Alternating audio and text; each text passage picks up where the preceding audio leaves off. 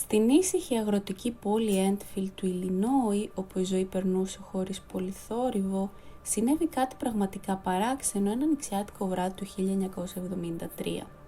Ένας άντρας ισχυρίστηκε ότι είχε δει ένα πλάσμα σαν κανένα άλλο, ένα τέρας που σύντομα θα πυροδοτήσει φόβο, περιέργεια και ένα μυστήριο που παραμένει άλυτο μέχρι σήμερα. Αν σας αρέσει το βίντεο, κάντε εγγραφή στο κανάλι και πατήστε το like για υποστήριξη.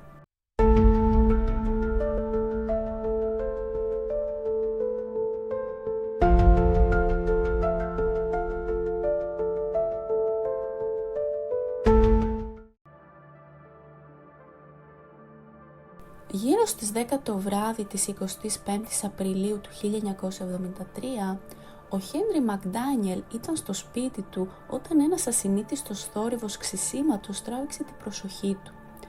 Ο ήχος ερχόταν από την μπροστινή πόρτα του. Με περιέργεια και ανησυχία ο Μακντάνιελ κοίταξε μέσα από το σκοτάδι και αρχικά νόμιζε ότι μπορεί να αντιμετώπιζε μια αρκούδα, αλλά αυτό που είδε ήταν πολύ πιο παράξενο από οποιοδήποτε άγριο ζώο μπορούσε να φανταστεί. Ο Μακντάνιελ, οπλισμένος με ένα φακό και ένα όπλο, βγήκε μέσα στη νύχτα και πάλεψε με έναν ισχυρό άνεμο, καθώς πλησίαζε την πηγή του θορύβου. Ήταν εκεί ανάμεσα σε δύο τριαντάφυλλα που είδε το πλάσμα καθαρά για πρώτη φορά. Αργότερο ο Μακντάνιελ περιέγραψε αυτό που είδε με τρομακτικές λεπτομέρειες. Είχε 3 πόδια, ένα μικρό σώμα, 2 μικρά χέρια και 2 ροζ μάτια τόσο μεγάλα όσο η φακή. Ήταν περίπου 1,5 μέτρο και ήταν γκρίζο χρώμα. Η παράξενη εμφάνιση του πλάσματος, σχεδόν σαν από άλλο κόσμο, εξέπληξε τον Μακντάνιελ. Ήταν σχεδόν σαν ανθρώπινο σώμα, πρόσθεσε. Αντιδρώντας γρήγορα, ο Μακντάνιελ πυροβόλησε 4 φορές το πλάσμα, χτυπώντας το με μία από τις σφαίρες. Το πλάσμα απάντησε με έναν ήχο σαν της άγριας γάτας πριν φύγει προς ένα κοντινό σιδηροδρομικό ανάχωμα. Αυτό που συνέβη στη συνέχεια ψήφισε όλες τις προσδοκίες. Το πλάσμα κάλυψε ένα απίστευτο μήκος 15 μέτρων σε μόλις 3 άλματα. Ο Μακντάνιελ επικοινώνησε αμέσως με τις τοπικές αρχές που έφτασαν για να ερευνήσουν τη σκηνή. Ενώ βρήκαν λίγα φυσικά στοιχεία, ανακάλυψαν ασυνήθιστα ίχνη στο μαλακό χώμα κοντά στο σπίτι του Μακντάνιελ. Τα αποτυπώματα που περιγράφηκαν ως σκυλόμορφα με 6 πέλματα στα δάχτυλα των ποδιών ήταν τόσο ενιγματικά όσο το ίδιο το πλάσμα. Παρά τις περίεργες περιστάσεις, η αστυνομία θεωρεί τον Μακντάνιελ λογικό και ανυφάλιο στην αναφορά του για το περιστατικό. Καθώς τα νέα της συνάντησης του Μακντάνιελ εξαπλώθηκαν, η ιστορία απέκτησε δική της ζωή. Τα τοπικά μέσα ενημέρωσης γρήγορα ανέλαβαν την ιστορία και ο Μακντάνιελ, τώρα στο κέντρο των περίεργων γεγονότων, έκανε περαιτέρω εικασίες. «Αν τον βρουν», είπε στους δημοσιογράφους, «θα βρουν περισσότερα από ένα και δεν θα είναι από αυτόν τον πλανήτη. Μπορώ να σας το πω αυτό». Η υπόθεση έγινε ακόμα πιο περίπλοκη όταν οι ερευνητές έμαθαν για μια σχετική αναφορά που έκανε ο Γκρέγκ Γκάρετ, ένα 10χρονο αγόρι που ζούσε κοντά. Ο Γκάρετ ισχυρίστηκε ότι είχε συναντήσει το ίδιο το πλάσμα μόλις μισή ώρα πριν από την αναφορά του Μακντάνιελ. Σύμφωνα με τον Γκάρετ, το πλάσμα είχε πατήσει τα πόδια του, σχίζοντας τα παπούτσια του σε κομμάτια. Ωστόσο, σε μια μεταγενέστερη συνέντευξη με ερευνητές από το Πανεπιστήμιο του Δυτικού Ιλινόης, ο Γκάρετ παραδέχτηκε ότι η αναφορά του ήταν μια απάτη. Παρά την αποκάλυψη αυτή, ο Μακντάνιελ παρέμεινε πεπισμένος για ό,τι είχε δει. Στις 6 Μαΐου, 2 εβδομάδες μετά την αρχική αναφορά, ανέφερε μια άλλη συνάντηση με το πλάσμα. Γύρω στις 3 το πρωί, ο Μακντάνιελ ισχυρίστηκε ότι είδε το πλάσμα για άλλη μια φορά. Αυτή τη φορά κοντά στις σιδηροδρομικές γραμμές κοντά στο σπίτι του. «Είδα κάτι να κινείται στις σιδηροδρομικές γραμμές και εκεί στάθηκε», θυμάται ο Μακντάνιελ. Σε αντίθεση με την πρώτη συνάντηση, επέλεξε να μην πυροβολήσει το πλάσμα. Κοιτούσε καθώς διέσχιζε σιγά σιγά τον δρόμο, τις γραμμές, όχι βιαστικά ή οτιδήποτε. Η δεύτερη αναφορά του Μακντάνιελ τράβηξε ακόμα περισσότερη προσοχή. Μια ομάδα αναζήτηση περιλαμβανομένου ενός διευθυντή ειδήσεων του Rick Rainbow σχηματίστηκε για να ερευνήσει την περιοχή αργότερα εκείνη την ημέρα. Ο Rainbow και η ομάδα του ανέφεραν ότι είδαν ένα πλάσμα που έμοιαζε με πίθηκο να στέκεται σε ένα εγκαταλελειμμένο κτίριο κοντά στο σπίτι του Μακντάνιελ. Ισχυρίζονται ότι ηχογράφησαν τις κραυγές του πλάσματος και μάλιστα πυροβόλησαν πριν το σκάσει. Το περιστατικό τροφοδότησε περαιτέρω το αυξανόμενο μυστήριο και τράβηξε την προσοχή του κρυπτοζωολόγου Λόρεν Κόλμαν, ο οποίος ταξίδεψε στο Ένφιλ για να ερευνήσει την υπόθεση και να εξετάσει την εγγραφή. Μόλις 2 μέρες μετά τη ραδιοφωνική συνέντευξη του Μακντάνιελ για τη δεύτερη αναφορά, ο τοπικός τύπος ανέφερε ακόμα ένα περιστατικό που συνδέεται με το πλάσμα. Η αστυνομία κλήθηκε να ερευνήσει τις αναφορές για πυροβολισμούς και ανακάλυψε 5 νεαρούς άντρες έξω από την πόλη που είχαν έρθει στο Ένφιλ με την πρόθεση να φωτογραφίσουν το πλάσμα. Οπλισμένοι με καραμπίνες και τουφέκια για προστασία, οι άντρες ισχυρίστηκαν ότι είδαν το πλάσμα οι ίδιοι. Ωστόσο, ο σερίφης της κομιτείας White γρήγορα απέρριψε τους ισχυρισμούς του, δηλώνοντας ότι οι άντρες απλά έπιναν και ανέφεραν μόνο το τέρας σε συντομία κατά τη διάρκεια της ανάκρισης. Η ομάδα τελικά κατηγορήθηκε για παραβιάσεις κυνηγού, προσθέτοντας ένα ένιγμα χάους στην ήδη ενιγματική σειρά γεγονότων γύρω από το τέρας του Ένφιλ. Εξελίχθηκε σε ένα ολοκληρωμένο φαινόμενο που αιχμαλώτισε τη φαντασία των ανθρώπων πολύ πέρα από τη μικρή πόλη του Ιλινόι. Οι αναφορές των τεράτων του Ένφιλ έκαναν πάταγο στα μέσα ενημέρωσης, τραβώντας την προσοχή των εφημερίδων και των ραδιοφωνικών σταθμών σε όλο το Ιλινόις και πέρα από αυτό.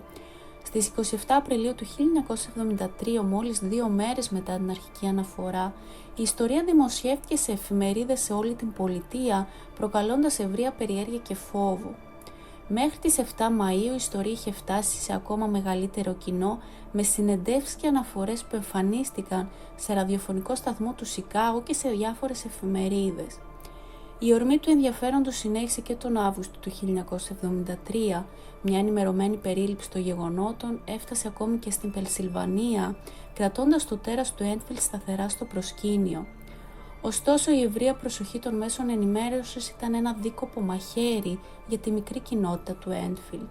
Ενώ η ιστορία έφερε μια αίσθηση ίντριγκας και μυστηρίου στην κατά τα άλλα ήσυχη πόλη, προκάλεσε επίσης φόβους μεταξύ των κατοίκων. Η άφιξη των 5 αντρών από έξω από την πόλη που αργότερα συνελήφθησαν για κυνήγι του πλάσματος με καραμπίνες και τουφέκια, αύξησε τις ανησυχίες ότι η δημοσιότητα προσελκύει επικίνδυνους κυνηγούς τεράτων. Οι ντόπιοι φοβόντουσαν ότι αυτοί οι ένοπλοι αναζητές θα μπορούσαν να βλάψουν ακούσια τους πολίτες ή τα ζώα στην προσπάθειά τους να ρίξουν μια ματιά στο μυστηριώδες θηρίο. Μια από τις πιο συζητημένες ιδέες ήταν ότι το πλάσμα μπορεί να ήταν ένα καγκουρό, πιθανώς δραπέτευσε από ένα κοντινό ζωολογικό κήπο. Αυτή η θεωρία κέρδισε έλξη επειδή η ουρά ενός καγκουρού, όταν παρατηρείται από ορισμένες γωνίες, θα μπορούσε να μοιάσει με ένα τρίτο πόδι το οποίο ευθυγραμμίζεται με ορισμένες περιγραφές του τέρατος. Ωστόσο, ο Χένρι Μακντάνιελ, ο κύριος μάρτυρας, απέρριψε γρήγορα αυτή την πρόταση. Ο ίδιος δήλωσε σταθερά ότι το πλάσμα δεν ήταν καγκουρό, επισημένοντας ότι είχε ένα καγκουρό ως κατοικίδιο ζώο κατά τη διάρκεια της στρατιωτικής του υπηρεσίας στην Αυστραλία και ήταν καλά εξοικειωμένος με την εμφάνιση και τη συμπεριφορά του ζώου. Ο Μακντάνιελ παρατήρησε ότι τα καγκουρό έχουν στενά πρόσωπα και αφήνουν ξεχωριστά ίχνη με σημάδια από νύχια, χαρακτηριστικά που δεν τέριαζαν με το πλάσμα που είχε συναντήσει. Η εξοικείωσή του με τα καγκουρό ενίσχυσε την πεποίθησή του ότι το τέρας του Ένφιλ ήταν κάτι πιο παράξενο. Προσθέτοντας ένα άλλο επίπεδο στη θεωρία του καγκουρό, ένας άντρας του Οχάιο επικοινώνησε με μια τοπική εφημερίδα μετά την κάλυψη των μέσων ενημέρωσης, ισχυριζόμενος ότι το πλάσμα θα μπορούσε να ήταν το κατοικίδιο καγκουρό του, ο Μέισι, ο οποίος είχε χαθεί κλαπεί 1 χρόνο νωρίτερα. Αυτή η νέα οπτική εισήγαγε την πιθανότητα ότι το τέρας του Ένφιλ δεν ήταν ένα κρυπτίδιο ή μια υπερφυσική οντότητα, αλλά μάλλον ένα εξωτικό κατοικίδιο ζώο. Ωστόσο, παρά την εύλογη αυτή εξήγηση, ο Μακντάνιελ και άλλοι στην κοινότητα παρέμειναν μη πεπισμένοι, προσκολλημένοι στην πεποίθησή τους ότι αυτό που είχαν δει ήταν κάτι πολύ πιο ασυνήθιστο. Η φρενίτιδα των μέσων ενημέρωσης έφερε επίσης επιστημονικές φωνές στη συζήτηση. Λίγες μέρες μετά την αρχική αναφορά, η United Press International ανέφερε ότι ένας φοιτητής ανθρωπολογίας πρότεινε μια άλλη θεωρία. Το πλάσμα θα μπορούσε να ήταν άγριος πίθηκος. Ο φοιτητής παρατήρησε ότι άγριοι πίθηκοι είχαν αναφερθεί σποραδικά σε όλη την περιοχή του Μισισιπί από το 1941, υποδηλώνοντας ότι ένα τέτοιο ζώο θα μπορούσε να εξηγήσει τις αναφορές στο Ένφιλντ. Κάποιοι πρότειναν ότι το τέρας του Ένφιλντ ήταν κρυπτίδιο, ένα άγνωστο ειδωζώο που παρέμεινε κρυμμένο από την επιστήμη. Αυτή η θεωρία κέρδισε έλξη μεταξύ των κρυπτοζωολόγων που επισήμαναν ότι ο κόσμος είναι γεμάτος από ανεξερεύνητα μέρη όπου τα πλάσματα θα μπορούσαν ενδεχομένως να υπάρχουν.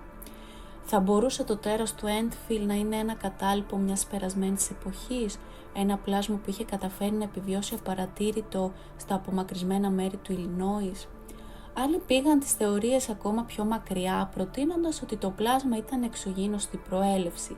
Τα λαμπερά μάτια, η παράξενη αφύσικη κίνηση και η ξαφνική εξαφάνιση του πλάσματος μετά από πυροβολισμό, όλα υπενήχθηκαν σε κάτι υπερφυσικό. Μερικοί πίστευαν ότι οι αναφορές ήταν απλά το αποτέλεσμα της μαζικής ιστερίας, ένα ψυχολογικό φαινόμενο όπου οι άνθρωποι έπεισαν τους εαυτούς ότι είδαν κάτι ασυνήθιστο λόγω της δύναμης της υποβολής. Μερικοί υποστήριξαν ότι το όλο θέμα ήταν μία φάρσα, είτε διαπράχθηκε από τον Μακντάνιελ και τον Γκάρετ ή από κάποιον άλλον στην κοινότητα. Εξάλλου η δεκαετία του 1970 ήταν μια εποχή αυξημένου ενδιαφέροντος για τα UFO και το παραφυσικό και οι ιστορίες περίεργων πλασμάτων δεν ήταν ασυνήθιστες. Η υπόθεση παραμένει άλυτη αφήνοντας περισσότερες ερωτήσεις από απαντήσεις. Αυτό ήταν το σημερινό μας βίντεο. Πείτε μας τη γνώμη σας κάτω στα σχόλια. Ήταν το πλάσμα ένα άγνωστο κρυπτίδιο, ένας εξωγήινος επισκέπτης ή απλά μια επινόηση από φοβισμένα μυαλά? Αν σας αρέσουν τα βίντεο και τα βρίσκετε ενδιαφέρον, κάντε εγγραφή στο κανάλι, πατήστε το like και το κουδουνάκι για να μην χάνετε κανένα νέο βίντεο.